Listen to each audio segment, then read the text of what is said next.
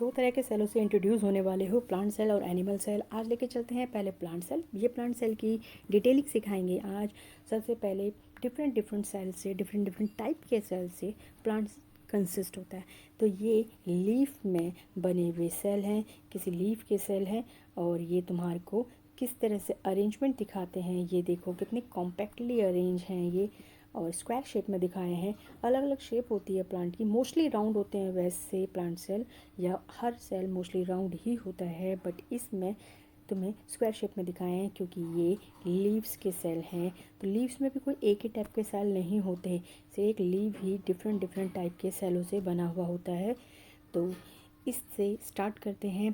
पहले इसके अंदर, घर के अंदर घुसते हैं, फिर इसके फैमिली मेम्बर से इंट्रोड्यूस होते हैं, पता करते हैं कौन क्या काम करता है। तो पहले उनके नाम जानते हैं, फिर जानेंगे उनके काम। तो स्टार्ट होता है, ये है तुम्हारा खूबसूरत सा प्लांट सेल। तो सबसे पहले बाहर का देखते हैं। ये है प्लांट सेल, लकी है, उसके पास दो आउटर कवरिंग होती है, सिर्फ एक से उसका काम नहीं चलता। तो उसके पास दो आउटर कवरिंग होती है उसकी प्रोटेक्शन के लिए। तो एक तो सेल मेम्ब्रेन है जो सबके पास होती है, तो ये है अंदर वाली जो है वो सेल मेम्ब्रेन है जो ईच वन सेल के पास होती है ये। एंड मगर इसके पास एक टफ कोटिंग भी होती है, एक बाहर वाली कवरिंग भी होती है, आउटर कवरिंग, जो इसे सेफ रखती है एक्सटर्नल एनवायरनमेंट से। ये आ गया आपका सेल। मोस्टली सेल ऐसे ही राउंड होते हैं। तो ये आपके पास सेल है और इसको आप देखने जा रहे हो। अब इसे हम खोलेंगे, ये बंद है जैसे उस टाइम दिखाया था ना। तो इसकी आउटर कवरिंग क्या है? Cell wall. इसकी आउटर कवरिंग सेल वॉल है, और सेल वॉल के अंदर एक और आउटर कवरिंग होगी, प्लाज्मा मेम्ब्रेन। अब इसे खोलने जा रहे हैं, तो खोलते हैं इसे इस तरह से। हमने इसे कट करके तो मैं खोल के दिखाना चाहा, और ये अब खुलता जा रहा है। फाइनली ये खुल गया। अब इसके अंदर देखो, ये हैं इसके फैमिली मेम्बर्स जिन्हें कहते हैं हम कंपोनेंट्स, और उसका नाम दिया गया है सेल ऑर्गेनेल्स। तो ये हमारे सेल ऑर्गेनेल्स। अब आपका सेल वॉल कम्प्लीटली ओपन हो गया, आपका प्लांट सेल, और आप इसके डिफरेंट डिफरेंट फैमिली मेम्बर्स देख सकते हैं। ये इसका गोल्जी अपरेटस है, वैक्यूल्स है, माइटोकॉन्ड्रिया है, न्यूक्लियस है, क्लोरोप्लास्ट है, एंडोप्लाज्मिक रेटिकुलम है। तो अब वन बाय वन मिल लें सबसे। तो अब मिलने जा रहे हैं वन बाय वन। तो सबसे पहले आपकी मुलाकात होती है सेल मेम्ब्रेन से। केयरफुली देखो, दो आउटर कवरिंग हैं, एक आउटर कवरिंग ये जा रही है, दो आउटर कवरिंग है, एक आउटर कवरिंग ये है और एक आउटर कवरिंग ये है। जो अंदर वाली आउटर कवरिंग है वो कहलाती है प्लाज्मा मेम्ब्रेन। तो ये अंदर वाली आउटर कवरिंग क्या कहलाती है? Plasma membrane. और ये थिन होती है, जबकि सेल वॉल कैसा दिखाया है? थिक होता है। आगे बढ़ते हैं। अब दूसरा आपके पास आ गया सेल वॉल।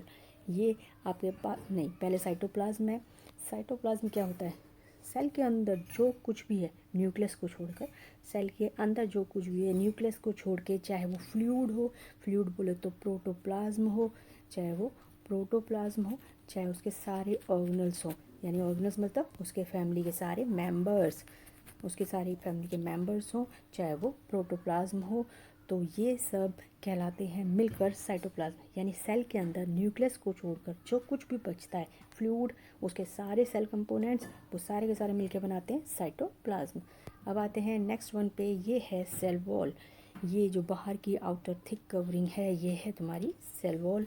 और आगे लोगों से मिलते हैं। सेल वॉल भी प्रोटेक्शन का ही काम करता है एज यूजुअल। आउटर कवरिंग है, सिक्योरिटी गार्ड की तरह काम करते हैं। प्लाज्मा मेम्ब्रेन भी, सेल वॉल भी, मगर इसके पास दो दो सिक्योरिटी गार्ड है, और हमारी बॉडी सेल के पास एक एक ही सिक्योरिटी गार्ड होता है।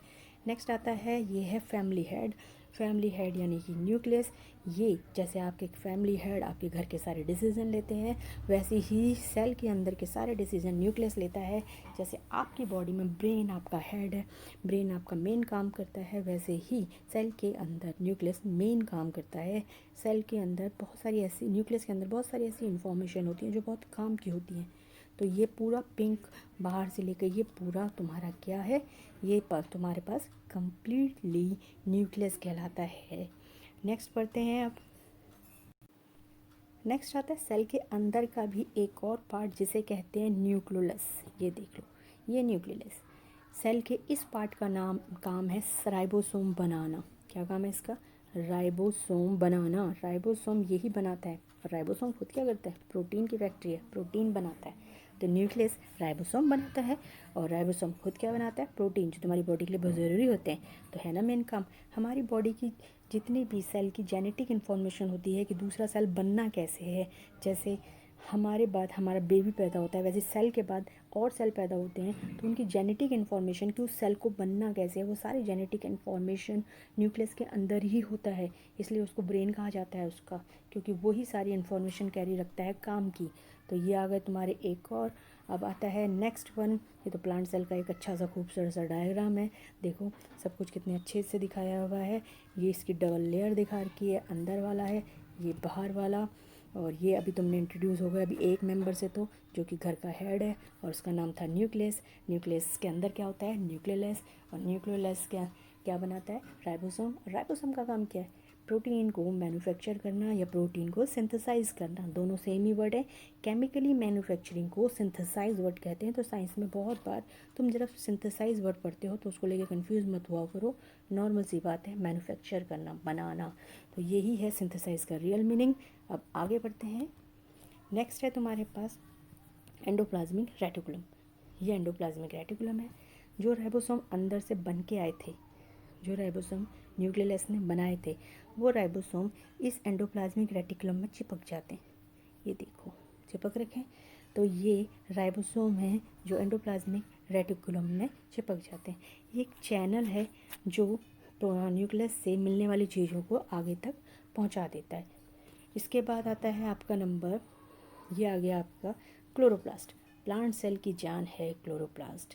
प्लास्टिड नाम है वैसे इस पार्ट का, क्या नाम है इस पार्ट का, प्लास्टिड। प्लास्टिड किचन फैक्ट्री है, प्लांट सेल की किचन फैक्ट्री है।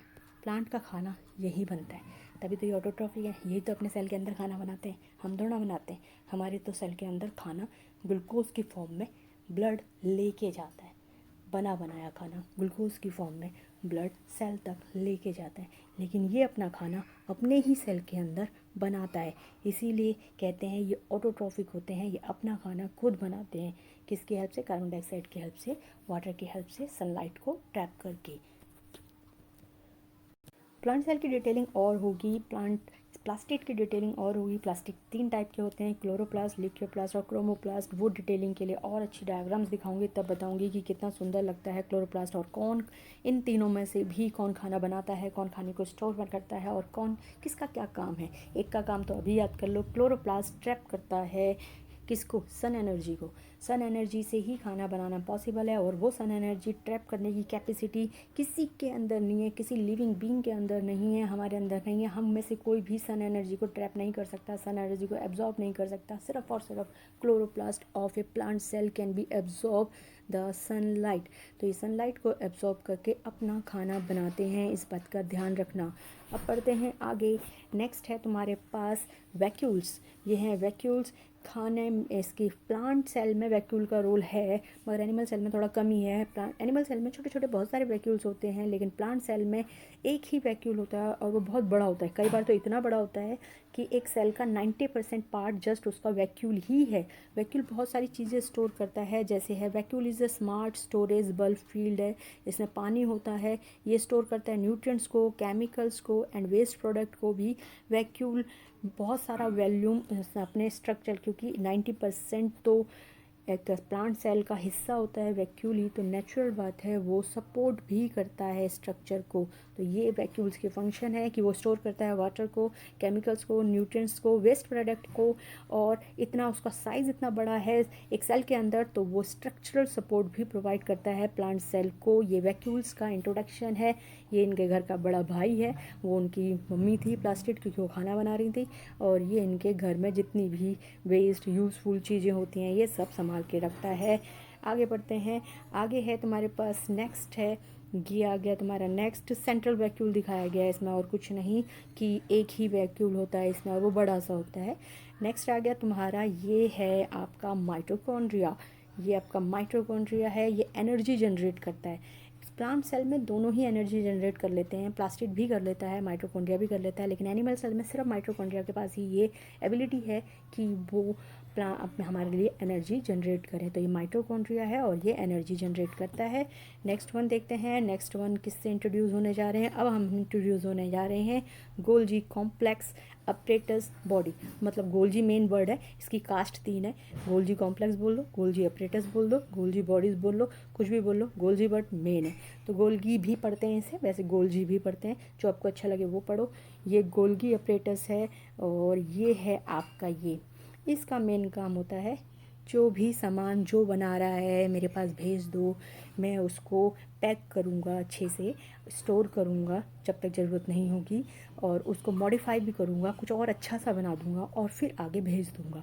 तो ये स्टोर हाउस की तरह है, लेकिन स्टोर हाउस भी ऐसा जो पैकिंग करता है, भी नहीं कूड़े की तरह सब कुछ रख लेता है, पैकिंग करता है, मॉडिफाई करता है, चीज़ों को अच्छा बनाता है, और फिर जब जिसको ज़रूरत होती है पैकेट में बंद कर करके, देखो ये इसमें बंद कर करके ईच एंड एवरी सेल के पास पहुंचाता है। साइटोप्लाज्म में सभी फ्लूइड, सभी जो होते हैं फ्लो कर रहे होते हैं, सस्पेंडेड होते हैं, इधर उधर घूमते रहते हैं, क्योंकि लिक्विड के ऊपर हैं, एक फ्लूइड के ऊपर है सारे के सारे, ये तो इधर अंदर मूव करते रहते हैं। तो इनकी फिक्स पोजीशन नहीं है। ये मत सोचना कि गोल्जी अपरेटस हमेशा यहीं होगा, ये यहीं होगा, ये यहीं होगा, या माइटोकॉन्ड्रिया यहीं होगा। ये इधर उधर मूवेबल है। हाँ, अगर कोई किसी के साथ जुड़ा हुआ है तो वो उसके साथ साथ ही मूव करेगा, लेकिन मूवेबल हैं क्योंकि ये फ्लूइड में फ़्लो करते हैं। अब आ जाता है आपके पास, ये देखो ये पैकिंग वाला दिखाया है सिस्टम, ये और चीज़ों से भी जुड़ जाते हैं। कुछ और बताऊँ, जब प्रोटीन को आगे जाना होता है, जैसे इसने इसको प्रोटीन दिए बना के, राइबोसोम है ना यहाँ पर, तो इसने इसे प्रोटीन दिए तो यहाँ पर स्टोर करने के लिए इसने प्रोटीन के साथ ही कार्बोहाइड्रेट, मिनरल, इन सबको, जैसे किसी की रिक्वायरमेंट है, माइटोकॉन्ड्रिया को चाहिए, क्या चाहिए माइटोकॉन्ड्रिया को, प्रोटीन चाहिए, कार्बोहाइड्रेट चाहिए, मिनरल चाहिए, तो ये एक ही पैकेट में, एक ही वेसिकल्स में इन तीनों को पैक करके भेज देगा।